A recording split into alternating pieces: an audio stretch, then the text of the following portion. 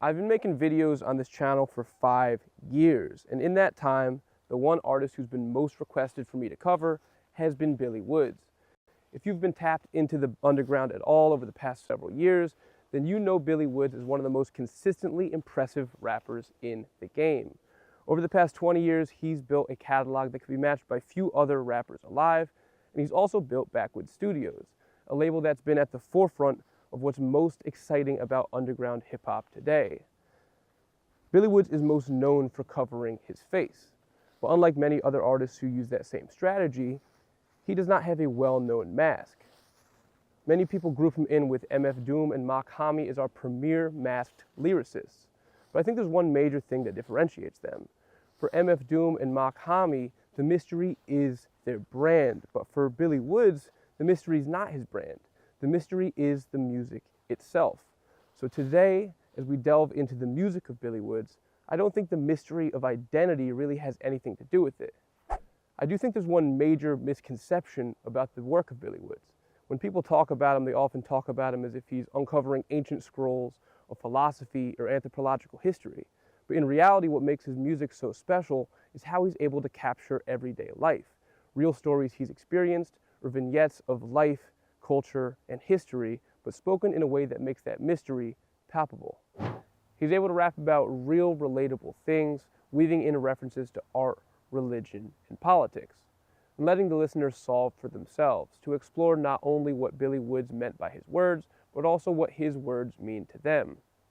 I never wanted to make a video about Billy Woods where I just listed his albums and named some interesting facts about them. I wanted to do my best to explore his music to see not only what it meant to me, but what his words mean to hip-hop at large. So today, walk with me as I explore Billy Woods while exploring the woods.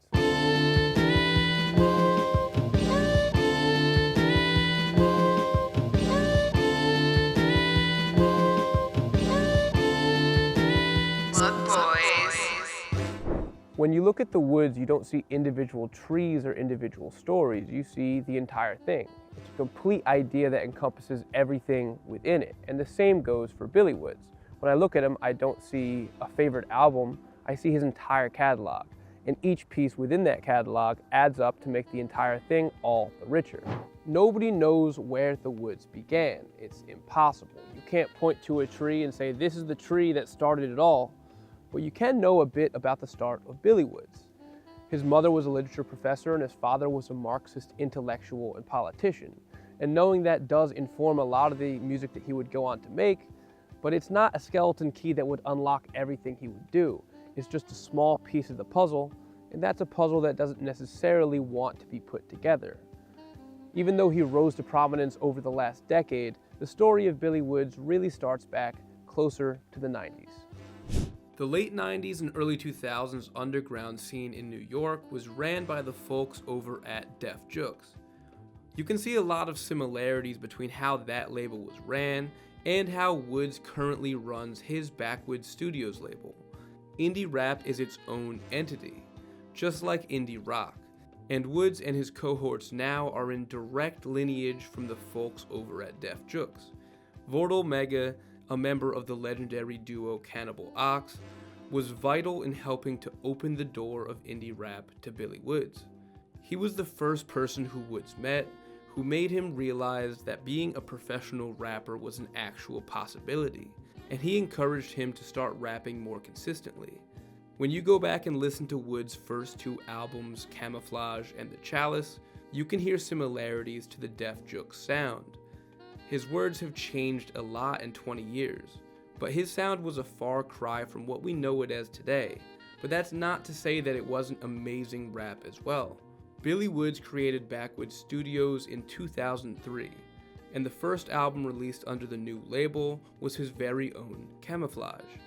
Feeling very much a product of post 9/11 New York, Camouflage is an incredible first taste of Woods' words and worldview.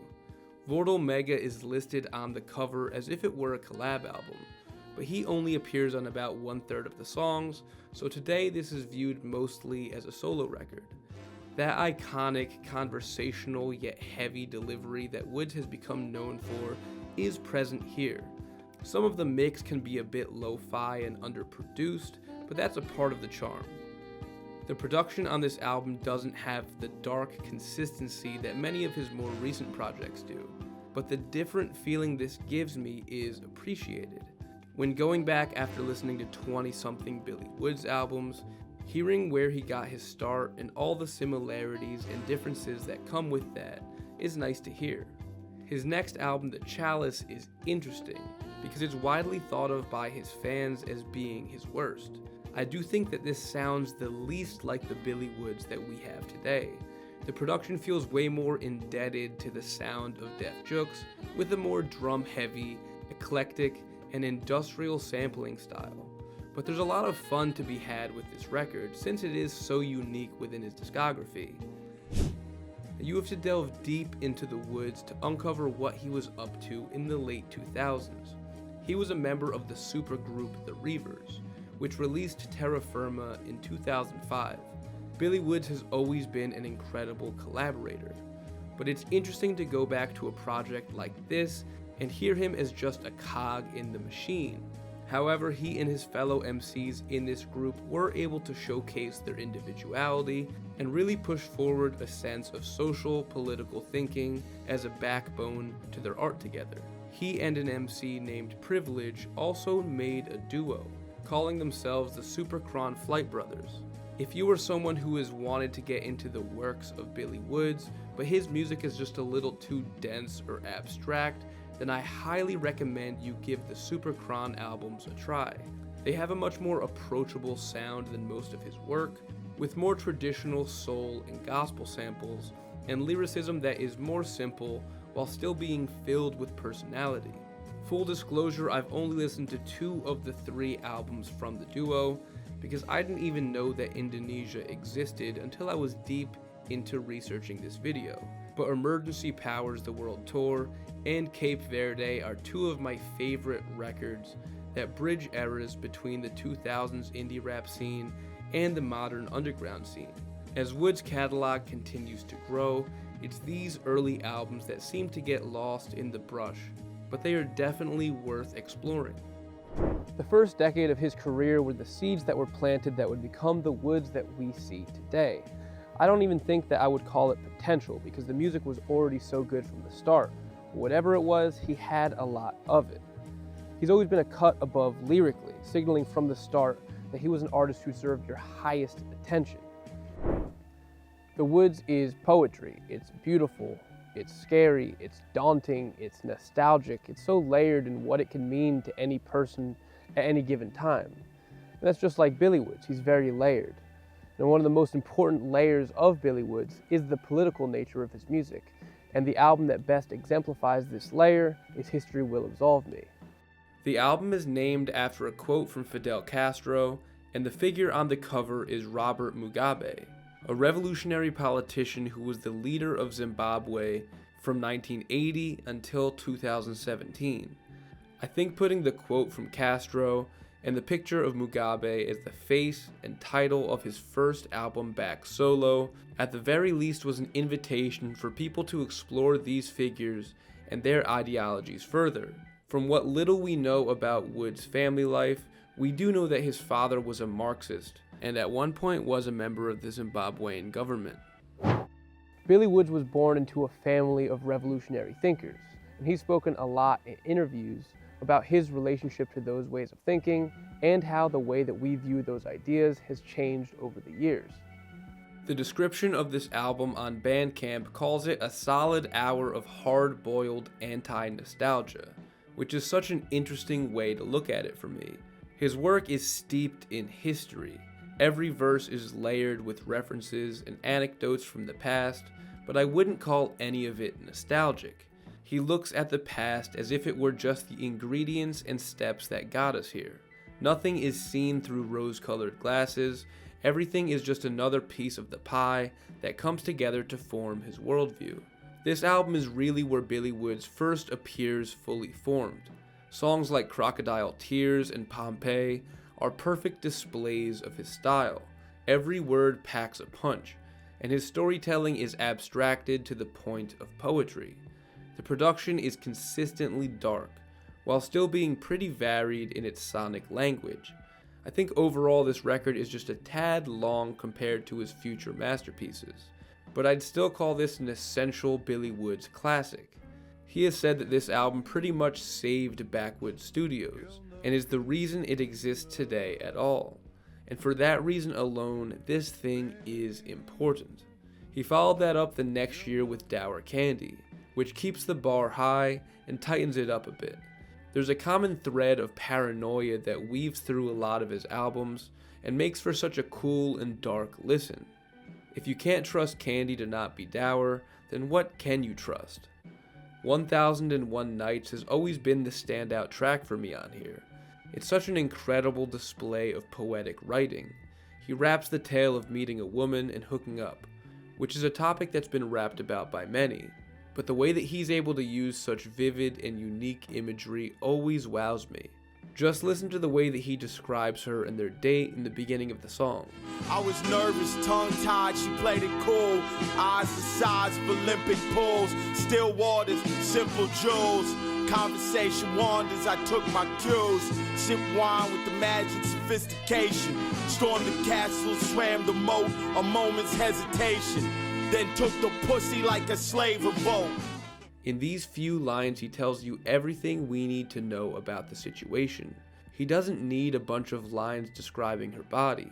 Just by saying eyes the size of swimming pools, we can already visualize a woman with big, beautiful eyes, and that does the trick. And it's the added words that separate a good writer from a great one. Sipped wine with imagined sophistication. The word imagined holds the entire verse together, showing us that this is a front that he puts on while they're on the date, and that a moment's hesitation before they have sex undercuts the implied braggadocio that would be in any other rapper's verse covering the same story. His next two albums were with Elucid as Armand Hammer, but I'm going to skip to his next couple solo albums, and I'll come back to Armand Hammer in a bit. One thing about Billy Woods is that album after album, he doesn't redefine his sound, but he does refine it. You'll be hard-pressed to find an album where he'll do something that's completely unexpected or new, but you will be shocked to see how he's always able to top himself and go deeper and deeper into his talents and artistry. By History Will Absolve Me, he was already fully formed as an artist, but that was only just the beginning. Today I Wrote Nothing is Wood's 2015 album, named after the book of the same name by early 20th century Russian avant-garde poet Danil Karms. This was Wood's best written project to date. He writes it as if he's writing a novel or a series of short stories. He's able to vividly describe these scenes that put the listener right there, observing the works of one of our true great American writers. The track The Big Nothing always comes to mind, where he starts off the song by saying, Getting old, your protagonist smokes at home alone. Stone, dingy housecoat, rotary phone. This is storytelling at its finest. This album deals a lot with existentialism and finding purpose. I've always been impressed by how Billy is able to write from an abstract perspective. Not in that he's necessarily writing from a strange place, but how he's able to abstract the storyteller. Is he telling stories from his own life, or stories about people he knows, or are they completely conjured up works of fiction? Perhaps all three. That meta-ness is on display on the song Zulu Tolstoy, which starts with the line, wrote a story about a rapper writing a story rap about his shorty trying to rap his way out the trap. Every story he raps is tangled up in a web of context that makes re-listening to his albums so fulfilling. His work is really filled with a series of known unknowns. You know what's on the surface, but it's the unknown, the subtext underneath that really is the most rewarding. And it's like the woods themselves. Everyone knows what the woods are, but the unknowns about what animals are in there, what unique trees have grown, and what details are within, that's what makes them interesting. Wood's 2017 album with that name is a perfect example of this. By this point, you know what to expect from a Billy Woods album, but it's the unknown that keeps each album exciting. On this record, Woods teams back up with Blockhead, who also produced Dour Candy, and the result is amazing. Blockhead provides a batch of beats that hit harder than what Woods has rapped over before. This album is banging. He brings a change of pace, and Woods is shot out of a cannon because of it, starting rapping at just 7 seconds into the album. There's a number of songs I could highlight on this one, but Police Came to My Show is my favorite. It really feels different than any other Billy Woods track, probably because the hook is so infectious, which is rare in his catalog, and I always love how he's able to tell a story where we are put into his perspective while he's realizing that shit ain't adding up around him. Billy Woods made a lot of great collaborations through the 2000s, but it's pretty clear that he never found a creative partner to push him to his creative best until he met Elucid. Billy Woods and Elucid form Armand Hammer, and together they're one of the most consistently impressive duos in underground hip-hop. They're both so unique and different in their artistry, but when they come together they're completely cohesive, feeling like two voices that come from the same mind. They released Race Music in 2013, and then Furtive Movements in 2014, and I feel like these two are a great introduction to their work together.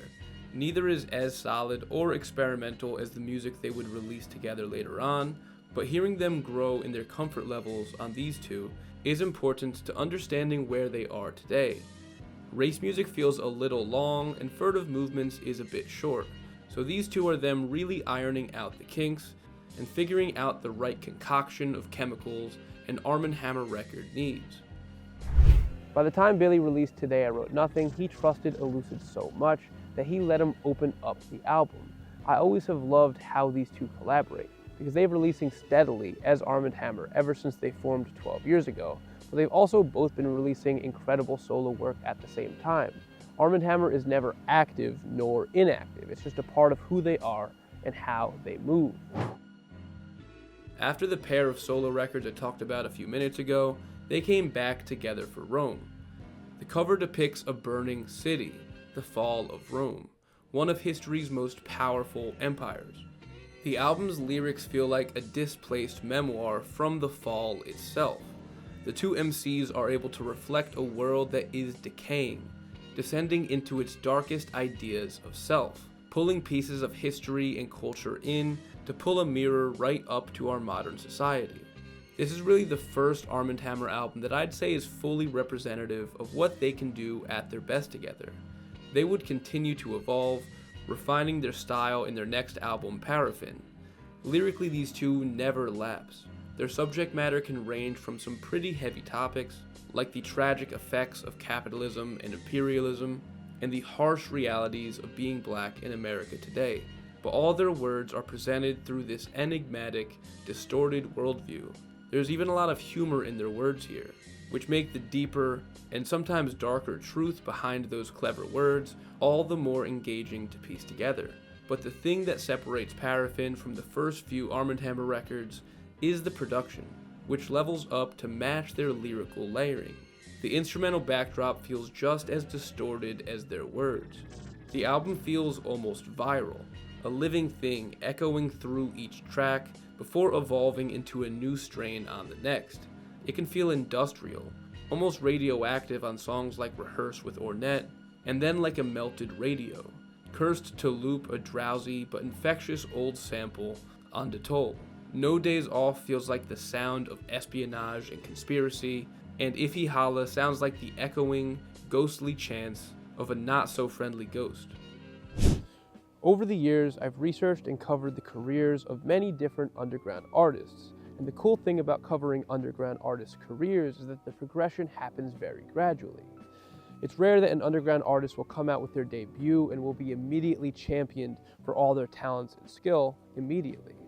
But as underground fans, we're able to follow them for years, sometimes even decades.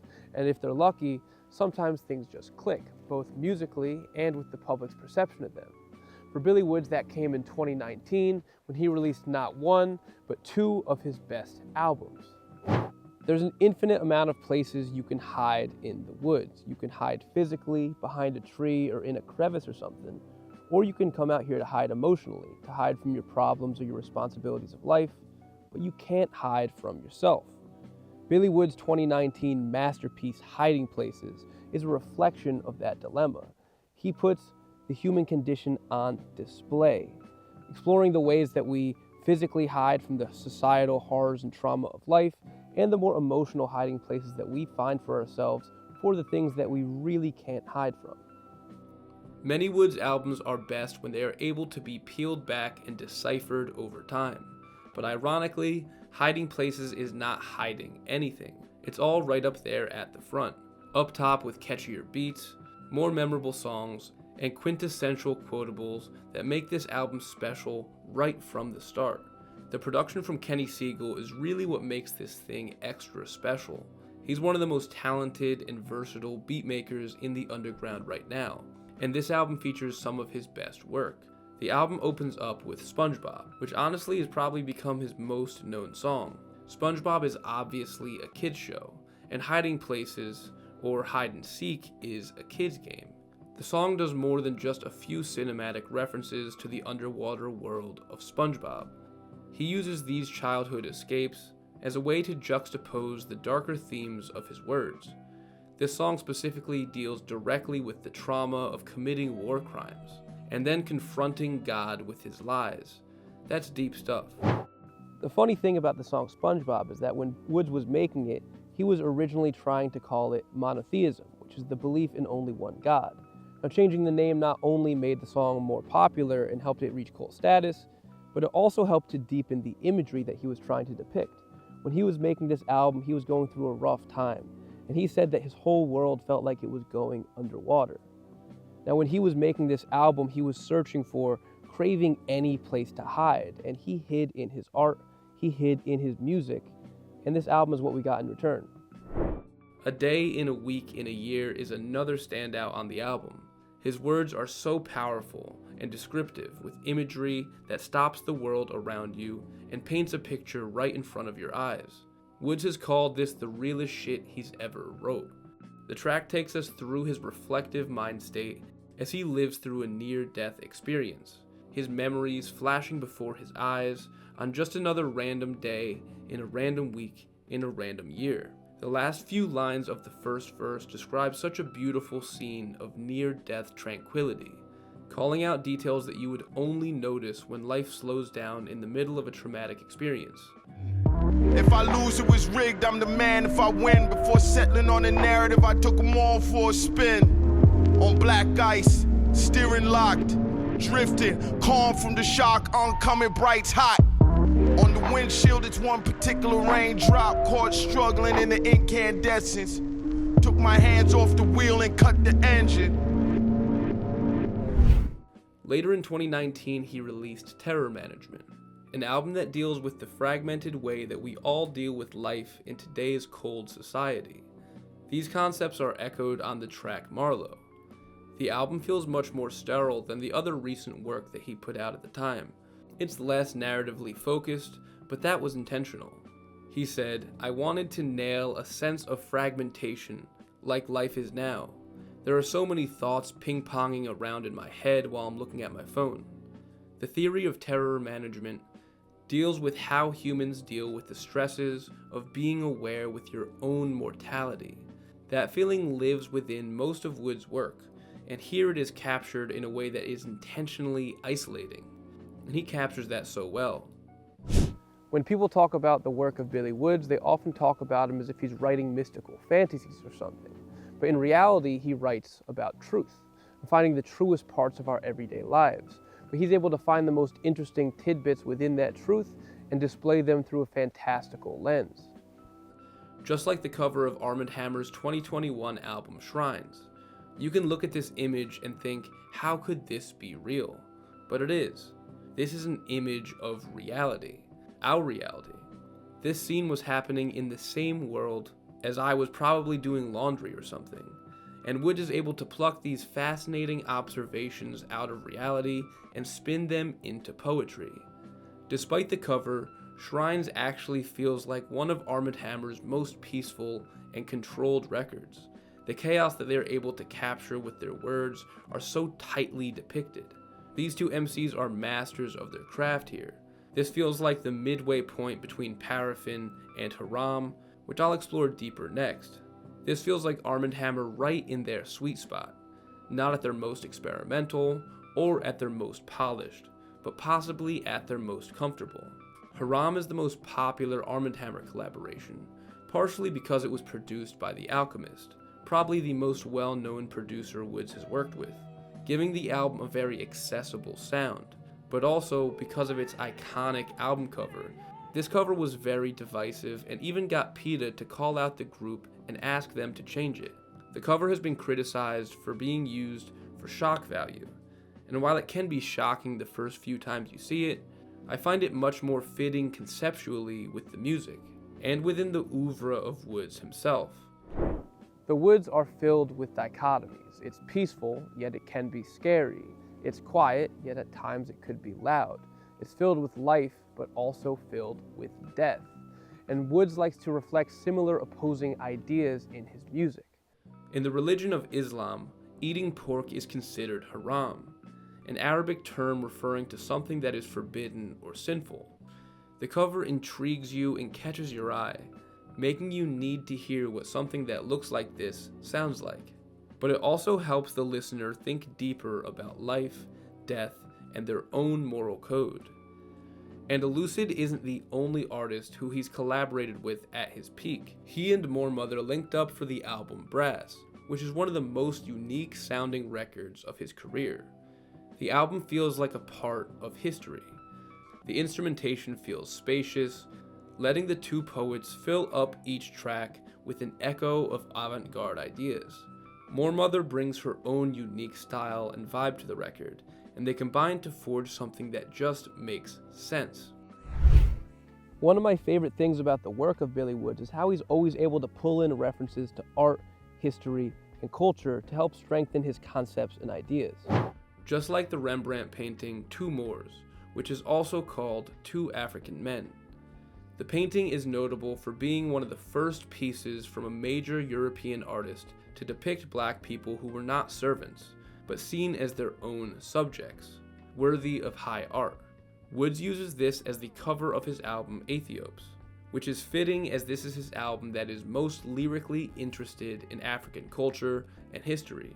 Woods has said this is an album that deals with the idea of Africa, because many people use Africa as a stand-in without having specific, knowledge-based understanding of all that Africa is. This album explores colonialism and identity, placing Africa in front of a mirror to try and better understand its place within the world and within the people who can trace their roots back to the continent's soil. Church often gets overlooked, released between what I would call two masterpieces of Aethiopes and Maps. Religion is a topic that Woods has covered often, and while this album isn't overtly religious in its subject matter, it does feel, in a matter of words, like he is taking us to church. Produced by Messiah Music, this album opens up with the sound of angels singing, with a disorienting synth bouncing on top of it. The album almost feels like listening in on Woods giving confession, bearing some incredibly vulnerable lyrics. Following that, Billy Woods teamed back up with Kenny Siegel for the album Maps. This album feels linked to hiding places, not intentionally, but thematically and spiritually. It deals with Billy trying to find himself, using the maps he has to make sense of himself and the world around him. He records most of his albums home in New York, but this one he made almost entirely on the road, chronicling his life on tour. Kenny uses a mix of live music and sampling that helps the album feel like an audio collage. Matching the safety manual-inspired cover, Billy Woods specifically chose to go out of his comfort zone while making this, and it made his art reach higher heights. He needed to break out some new maps to explore parts of himself and his world that he had never ventured into. This album, just like with Hiding Places, was instrumental in helping to get me to further understand Billy Woods, so I personally am thankful for Maps to be my map to his music. But although Maps is one of his most accessible albums, he would follow it up with one of his most challenging. We Buy Diabetic Test Strips is a labyrinthine display of Armand Hammer's artistry. The production feels futuristic while sounding almost pre-industrial. It's a bit confounding. This album, which features production from JPEG Mafia, Preservation, August Fanon, LP, and more, feels like a distorted dream, reflecting the duo's view of the dysfunctional dystopia that they're able to depict. I love this line from the Pitchfork review, which said that this album can feel like being tugged by dozens of hands, yet still being pushed forward. And that's why this does feel like a definitive album within Armand Hammer's catalog. It is so forward-thinking, and unlike anything else around. And that brings us to today.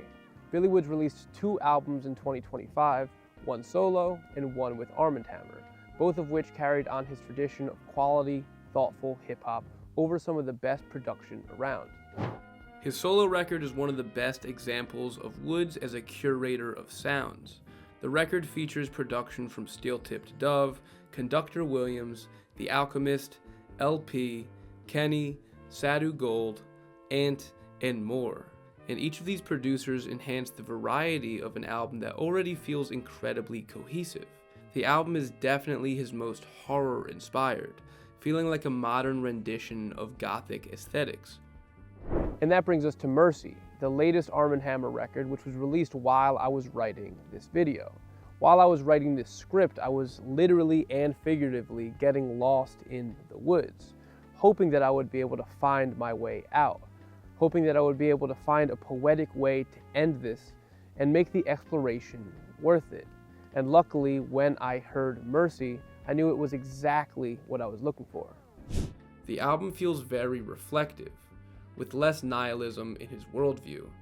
The album cover is a courtroom drawing of Woods and a Lucid seemingly on trial, maybe asking the judge for mercy, reflecting back on their past and how they got to where they are today. This is their second album that was produced by The Alchemist, continuing what they built together on Haram, and making another almost feel-good hip-hop record, or at least one that is more inviting for new fans to check out. There's many great songs on here, but the one that lyrically stands out to me is Dog-Eared. His verse on here is one of my favorite verses of his career, and I think it's the perfect reflection of his place in hip-hop and the world. She finished her drink and looked at me inquisitively, asking, what's the role of a poet in times like these? I never answered, but it stuck with me all week. Riding the bus, fixing something to eat, putting the kids to sleep. What is the role of a poet in times like these? That question has been ringing in my head ever since I heard this verse. How and why do the words of Billy Woods mean so much to so many different people? Well, the answer is right there in the verse. As he ponders his role in these times, he is taking care of his kids, riding the bus, cooking dinner, dreaming at night, or talking to his neighbors. Really everything that we do in the monotony of life. But it's that monotony that makes poetry like his so important. Life needs artists in order to make those mundane moments mean something. You can listen to Billy Woods and learn a little something about history or politics, but most of the time you're just going to come away learning about life. As the verse goes on, it gets more and more poetic and abstract, feeling like a collage of thoughts and ideas, until he runs back into that woman and she asks him if he has an answer for her yet. And he says, "I'm still grappling." With those 3 words, Woods channels life's greatest questions. Who are we and why are we here? I, as a fan of Billy Woods, know what his role is as a poet to me, but he's still grappling. He's still exploring. And exploration is at the core of all forms of art. Exploring yourself, exploring your beliefs and ideas, exploring the people around you and the world that you live in. We need art to be our map, and we need poetry to help us explore the woods of life.